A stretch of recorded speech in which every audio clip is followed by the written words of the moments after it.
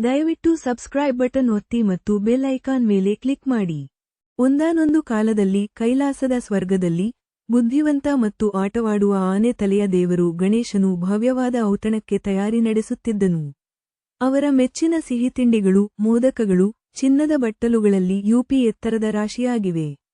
ಗಣೇಶನ ಉತ್ಸಾಹಕ್ಕೆ ಮಿತಿಯಿಲ್ಲ, ಮತ್ತು ಅವನು ತನ್ನ ಮನಸ್ಸಿಗೆ ತಕ್ಕಂತೆ ತಿನ್ನುತ್ತಿದ್ದನು. ಅವನ ಹೊಟ್ಟೆಯು ಹುಣ್ಣಿಮೆಯಂತೆ ಬೆಳೆಯಿತು. ಹಬ್ಬದ ನಂತರ ಗಣೇಶನು ತನ್ನ ಇಲಿಯಾದ ಮೂಷಕ್ ಮೇಲೆ ಸವಾರಿ ಮಾಡಲು ನಿರ್ಧರಿಸಿದನು. ಅಷ್ಟು ದೊಡ್ಡ ದೇವರನ್ನು ಚಿಕ್ಕ ಇಲಿಯ ಮೇಲೆ ನೋಡುವುದು ತಮಾಷೆಯ ದೃಶ್ಯವಾಗಿತ್ತು, ಆದರೆ ಮೂಷಕ್ ಬಲಶಾಲಿ ಮತ್ತು ನಿಷ್ಠಾವಂತನಾಗಿದ್ದನು. ಒಟ್ಟಿಗೆ ಅವರು ಬೆಳದಿಂಗಳ ಕಾಡಿನಲ್ಲಿ ಅಲೆದಾಡಿದರು. ಅವರು ಒಂದು ಮಾರ್ಗವನ್ನು ದಾಟುತ್ತಿದ್ದಾಗ ಒಂದು ಹಾವು ಎಲ್ಲಿಂದಲೋ ಹೊರಬಂದಿತು. ಗಾಬರಿಯಾದ ಮೂಷಕನು ಎಡವಿ ಬಿದ್ದನು ಮತ್ತು ಗಣೇಶನು ಜೋರಾಗಿ ಸದ್ದು ಮಾಡುತ್ತಾ ನೆಲಕ್ಕೆ ಬಿದ್ದನು. ಅವನ ಮೋದಕ ತುಂಬಿದ ಹೊಟ್ಟೆ ಸರಕ್ಕನೆ, ಅವನ ಆಭರಣಗಳು ಚೆಲ್ಲಾಪಿಲ್ಲಿಯಾದವು. ಆಕಾಶದಲ್ಲಿ ಚಂದ್ರನು ಈ ದೃಶ್ಯವನ್ನು ನೋಡಿದನು ಮತ್ತು ನಗುವುದನ್ನು ತಡೆಯಲಾಗಲಿಲ್ಲ. ಗಣೇಶನನ್ನು ನೋಡು, ಅವನು ಹಾಗೆ ಬೀಳುವುದು ಎಷ್ಟು ತಮಾಷೆಯಾಗಿ ಕಾಣುತ್ತಾನೆ.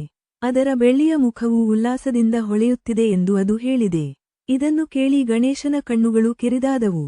ಅವರು ಅವಮಾನವನ್ನು ಅನುಭವಿಸಿದರು. ನಿಶ್ಶಬ್ದ ಕಾಡಿನಲ್ಲಿ ಚಂದ್ರನ ನಗುವು ಪ್ರತಿಧ್ವನಿಸಿತು ಮತ್ತು ನಕ್ಷತ್ರಗಳು ಸಹ ವಿನೋದದಿಂದ ಮಿನುಗುತ್ತಿರುವಂತೆ ತೋರುತ್ತಿತ್ತು.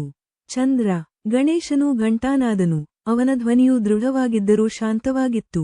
ನೀವು ರಾತ್ರಿಯ ಆಕಾಶದಲ್ಲಿ ಪ್ರಕಾಶಮಾನವಾಗಿ ಹೊಳೆಯಬಹುದು, ಆದರೆ ಯಾರೊಬ್ಬರ ಅಪಘಾತವನ್ನು ಅಪಹಾಸ್ಯ ಮಾಡುವುದು ನಿರ್ದಯ ಮತ್ತು ಅನಪೇಕ್ಷಿತವಾಗಿದೆ. ಚಂದ್ರನು ಕ್ಷಮೆ ಕೇಳಲು ಪ್ರಯತ್ನಿಸಿದನು, ಆದರೆ ಗಣೇಶನು ಕೈಯೆತ್ತಿದನು. ನಿಮಗೆ ಮತ್ತು ಇತರರಿಗೆ ಪಾಠವಾಗಿ ನಾನು ನಿಮ್ಮನ್ನು ಶಪಿಸುತ್ತೇನೆ. ಇನ್ನು ಮುಂದೆ ಗಣೇಶ ಚತುರ್ಥಿಯಂದು ನಿನ್ನನ್ನು ನೋಡುವ ಯಾರಿಗಾದರೂ ದುರದೃಷ್ಟ ಉಂಟಾಗುತ್ತದೆ. ಚಂದ್ರನು ಗಾಬರಿಗೊಂಡು ಕ್ಷಮೆಗಾಗಿ ಬೇಡಿಕೊಂಡನು. ಎಂದಿನಂತೆ ಸಹೃದಯನಾದ ಗಣೇಶನು ತನ್ನ ನಿಲುವನ್ನು ಮೃದುಗೊಳಿಸಿದನು. ತುಂಬಾ ಚೆನ್ನಾಗಿದೆ ಎಂದರು. ಶಾಪವು ಸಂಪೂರ್ಣವಾಗುವುದಿಲ್ಲ. ಗಣೇಶ ಚತುರ್ಥಿಯಂದು ಯಾರಾದರೂ ನಿಮ್ಮನ್ನು ತಪ್ಪಾಗಿ ನೋಡಿದರೆ, ಅವರು ನನ್ನ ಹೆಸರನ್ನು ಜಪಿಸಬಹುದು ಮತ್ತು ದುರದೃಷ್ಟದಿಂದ ಮುಕ್ತರಾಗಲು ನನ್ನ ಶಾಪದ ಕಥೆಯನ್ನು ಕೇಳಬಹುದು. ಇನ್ನು ಮುಂದೆ ಯಾರನ್ನೂ ಅಣಕಿಸುವುದಿಲ್ಲ ಎಂದು ಪ್ರತಿಜ್ಞೆ ಮಾಡಿದ ಚಂದ್ರು ಕೃತಜ್ಞತೆ ಸಲ್ಲಿಸಿದರು. ಆದ್ದರಿಂದ ಗಣೇಶನು ಚಂದ್ರನನ್ನು ಹೇಗೆ ಶಪಿಸಿದನೆಂಬ ಕಥೆಯು ದೂರದವರೆಗೆ ಹರಡಿತು. ಎಲ್ಲರಿಗೂ ದಯೆ ಮತ್ತು ಗೌರವದ ಮೌಲ್ಯವನ್ನು ಕಲಿಸುತ್ತದೆ.